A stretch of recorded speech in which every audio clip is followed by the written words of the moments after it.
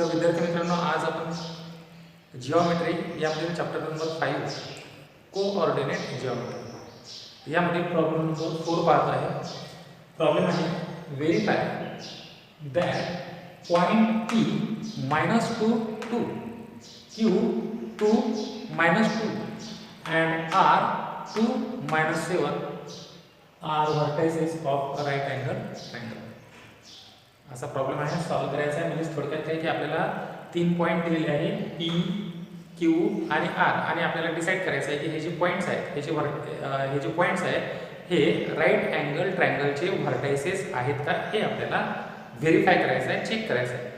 तर ते कसं करणार मित्रांनो, आपण आपल्याला काय करायचं आहे, सर्वप्रथम हा ट्रायंगल आहे, तर या ट्रायंगलच्या तिन्ही साईड आपल्याला काढून घ्यायचे आहेत आणि त्या तिन्ही साईड काढल्यानंतर त्या साईडमधलं रिलेशन आपल्याला पाहायचं आहे आणि त्या साईडमधल्या रिलेशनवरून आपण डिसाईड करणार आहे की हा राईट अँगल ट्रायंगल आहे का.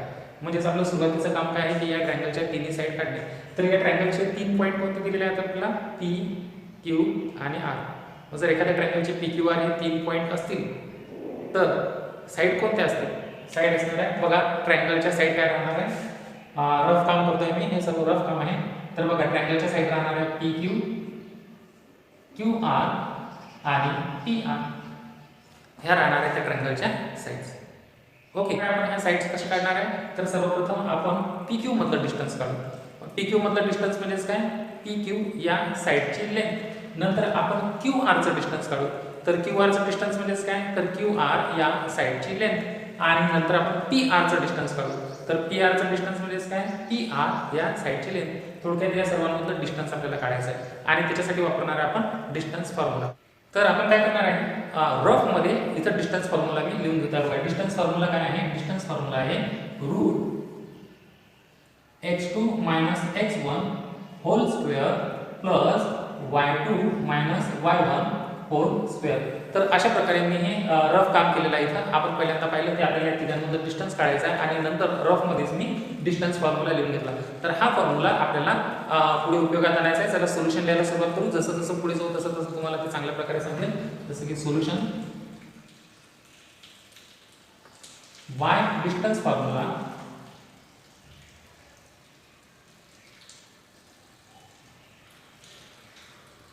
काय करतोय आपण, तर आपण सर्वप्रथम PQ मधलं डिस्टन्स काढूया. म्हणून PQ इज इक्वल टू, या फॉर्म्युलामध्ये आपल्याला व्हॅल्यू ठेवायची आहे. ओके, तर सध्या आपण P आणि Q चं डिस्टन्स काढतोय. तर P ला म्हणणार आहे आपण, बघा P चे जे कोऑर्डिनेट आहेत त्याला म्हणणार आहे x1 y1. चला लिहून घेऊ. P च्या कोऑर्डिनेटला म्हणू आपण x1 y1. बघा x1 y1.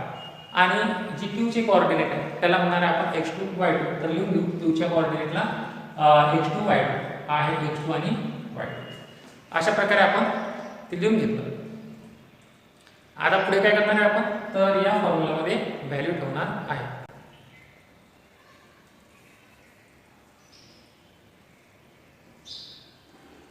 आता काय करणार आहे आपण, तर या फॉर्म्युलामध्ये व्हॅल्यू ठेवणार आहे.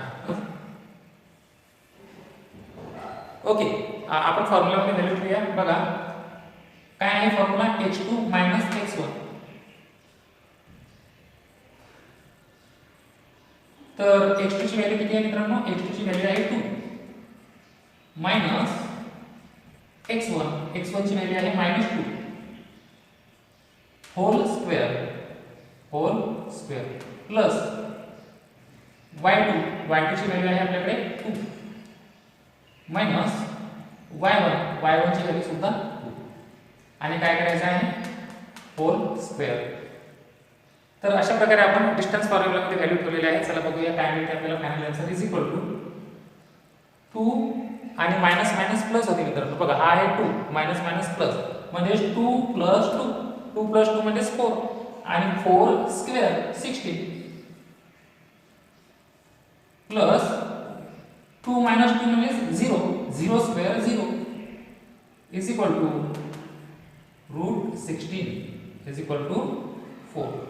तर अशा प्रकारे आपण पाहिलं की PQ ची जी लेंथ आहे ती 4 आलेली आहे. PQ साईड किती आलेली आपली 4. तर याला देणार आहे आपण नंबर 1. हे 1 नंबरचं स्टेटमेंट आपलं, दिस इज व्हेरी इम्पॉर्टंट. असे 3 पॉईंट आपल्याला भेटणार आहे. आता आपण QR मधील डिस्टन्स काढणार आहे. तर QR मधील डिस्टन्स काढत असताना x2 x1 y2 y1 च्या व्हॅल्यू चेंज होणार आहे, बदलणार आहे. ओके, तर बघा आता काय करणार आहे आपण, पहिल्यांदा या अगोदरच्या व्हॅल्यू आपण पुसून टाकूया. बघा या व्हॅल्यू पुसून टाकल्या, हे रफ काम होतं, तुम्हाला माहित आहे सर्व रफ काम होतं. आता आपण QR चं डिस्टन्स काढतोय, तर Q च्या कोऑर्डिनेटला म्हणणार आहे आपण x1 y1. Q च्या कोऑर्डिनेटला म्हणू आपण x1 y1 आणि R च्या कोऑर्डिनेटला म्हणणार आहे x2 y2. तर अशा प्रकारे आता x1 y1 x2 y2 च्या व्हॅल्यू बदललेल्या आहेत, चेंज झालेल्या आहेत. त्या बदललेल्या व्हॅल्यू आपण या फॉर्म्युला ठेवणार आहे. तर चला distance QR is equal to x2 ची व्हॅल्यू किती आहे मित्रांनो 2 आणि x1 ची व्हॅल्यू किती आहे 2. तर बघा x2 ची व्हॅल्यू 2 मायनस x1 ची व्हॅल्यू सुद्धा किती आहे आपल्याकडे 2 आणि काय करायचं होल स्क्वेअर प्लस y2. तर y2 ची व्हॅल्यू किती दिसते आपल्याला 7 मायनस y1 ची व्हॅल्यू किती आहे 2. तर बघा y2 ची व्हॅल्यू 7 मायनस y1 ची व्हॅल्यू 2 होल स्क्वेअर. तर अशा प्रकारे होल स्क्वेअर. पुढे काय करणार आहे बघा is equal to 2 minus 2 means 0 आणि 0 स्क्वेअर 0 प्लस 7 minus 2 means 5 आणि 5 स्क्वेअर 25 इज इक्वल टू काय आलेले आहे, फायनल व्हॅल्यू आलेली आहे √25 इज इक्वल टू √25 म्हणजे काय 5. याला म्हणणार आहे आपण 2. त्याचप्रमाणे आता डिस्टन्स PR काढणार आहे आपण आणि पुन्हा डिस्टन्स PR काढत असताना x2 x1 y2 y1 च्या व्हॅल्यू चेंज होणार आहे. तर अगोदरच्या व्हॅल्यू आपण पहिले क्लीन करूया आणि आता काय करायचं आहे, P ला म्हणायचं आहे म्हणजे P च्या कोऑर्डिनेटला म्हणायचं आहे x1 y1, R च्या कोऑर्डिनेटला म्हणायचं आहे x2 y2. तर बघा P चे कोऑर्डिनेट याला म्हणणार आहे x1 y1, R चे कोऑर्डिनेट याला म्हणणार आहे x2 y2 आणि पुन्हा आपल्या फॉर्म्युलामध्ये व्हॅल्यू ठेवायची आपल्याला. तर चला डिस्टन्स काढते आपण PR मधून. तर लिहू इथं PR is equal to root काय करायचं आहे x2 मायनस x1. तर x2 ची व्हॅल्यू किती आहे आपल्याकडे 2 मायनस x1 ची व्हॅल्यू किती आहे -2. चला ठेवूया व्हॅल्यू. बघा x2 ची व्हॅल्यू ठेवायची आपल्याला, x2 ची व्हॅल्यू आहे 2 मायनस x1 ची व्हॅल्यू आहे -2 स्क्वेअर प्लस y2 ची व्हॅल्यू किती आहे मित्रांनो, y2 ची व्हॅल्यू आहे 7 आणि मायनस y1 ची व्हॅल्यू किती आहे 2. तर लिहूया आपण. बघा काय करायचं आहे, सर्वप्रथम फॉर्म्युलामध्ये y2 ची व्हॅल्यू ठेवायची आहे, ती आहे 7 मायनस y1 ची व्हॅल्यू ठेवायची आहे, ती आहे 2 whole square is equal to बघा 2 मायनस मायनस करणार आहे प्लस म्हणजे 2 प्लस 2 म्हणजे 4 आणि 4 स्क्वेअर 16 प्लस 7 मायनस 2 म्हणजे 5 आणि 5 square 25 is equal to 16 plus 25 म्हणजे √41. तर अशा प्रकारे आपल्याजवळ ही आलेली आहे थर्ड व्हॅल्यू. अशा प्रकारे 3 व्हॅल्यू आपल्याजवळ आलेल्या आहेत. तर आपण थोडंसं या साईडला आपण लिहिणार आहे मित्रांनो. आता थोडंसं लक्ष असू द्या. काय करायचं आपल्याला, आपण ज्या व्हॅल्यू काढल्या 1 2 आणि 3 ह्या 3 व्हॅल्यू मध्ये म्हणजेच ह्या व्हॅल्यू काढल्यानंतर काय केलं आपण, तर ह्या ट्रायंगलच्या ज्या साईड आहेत त्याच्या लेंथ काढल्या आपण.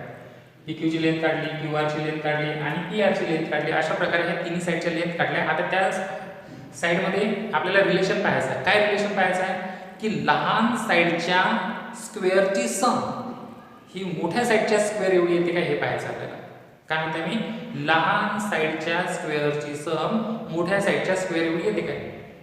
काही समजलं नसेल तर चला करून बघूया प्रत्यक्षात, म्हणजेच आपल्या लक्षात येईल. तर लहान साईड कोणती आहे मित्रांनो, बघा 4 5 या दोन आहेत लहान साईड आणि मोठी साईड कोणती आहे √40. लक्षात आलं तुम्हाला की ह्याच्या 3 साईड्स आहेत 1 2 3. यामध्ये इथं √16 दिसत आहेत आपल्याला, इथं √25 दिसत आहे आणि इथं √41 दिसत आहे. तर आपल्याला या तिघांमध्ये कम्पेअर करता असं दिसून येते की √16 आणि √25 ह्या दोन्ही लहान साईड आहे आणि √41 ही मोठी साईड आहे. तर आपल्याला लहान साईडच्या स्क्वेअरची सम किती येते ते पाहू आपण. बघा लिहून घेऊ इकडे लहान साईडच्या स्क्वेअरची सम इथं लिहिता येईल. बघा कोणत्या कोणत्या लहान साईड येतात, PQ square PQ square plus QR square. QR square काय केलं मी की या तीन व्हॅल्यूपैकी ज्या दोन लहान व्हॅल्यू आहेत म्हणजे ज्या दोन लहान साइड्स आहेत त्या साइडच्या स्क्वेअरची सम करून पाहतोय मी. ओके, तर PQ स्क्वेअर किती आहे बघा. PQ ची व्हॅल्यू किती आहे आपल्याकडे. PQ ची व्हॅल्यू आहे 4 आणि त्याचा काय करायचं आहे स्क्वेअर प्लस QR.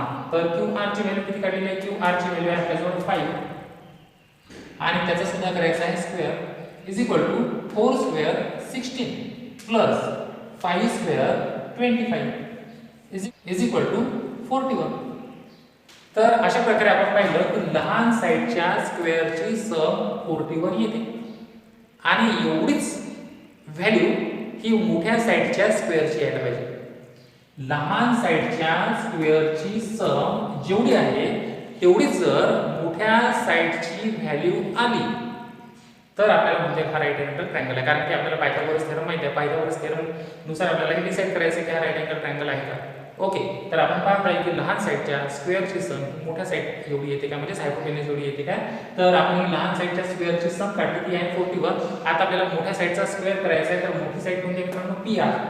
मग PR square is equal to PR ची व्हॅल्यू आहे √41. √41 स्क्वेअर इज इक्वल टू √41 चा स्क्वेअर काय असणार आहे 41. √41 चा स्क्वेअर काय असणार आहे 41. म्हणजे यावरून आपल्याला असं लक्षात आलं की लहान साइडच्या स्क्वेअरची जी सम आहे ती पण 41 आहे आणि मोठ्या साइडचा जो स्क्वेअर आहे तो पण 41 आहे. याचाच अर्थ आपल्याला असं रिलेशन दिसून आलं. काय रिलेशन दिसून आलं की बघा असं रिलेशन दिसून आलं PQ square plus QR square is equal to PR square. काय रिलेशन आहे हे रिलेशन असं आहे की लहान साइडच्या स्क्वेअरची सम मोठ्या साइडच्या स्क्वेअर एवढी आहे. बरोबर, लहान साइडच्या स्क्वेअरची सम ही मोठ्या साइडच्या स्क्वेअर एवढी आहे आणि हे रिलेशन कशामध्ये असते. हे रिलेशन असते राईट अँगल ट्रायंगल मध्ये. म्हणजे यावरून आपल्याला असं लक्षात आलं की हे राईट अँगल ट्रायंगलचे व्हर्टायसेस आहे. बरोबर आहे. तर याला आपण म्हणतो कन्व्हर्स ऑफ पायथागोरस थेरम. काय म्हणतात त्याला कन्व्हर्स ऑफ पायथागोरस थेरम. तर आपण इथे लिहून घेऊ by converse of Pythagoras theorem. Pythagoras theorem triangle point P -2 2 Q 2 2 and R 2 7 are vertices of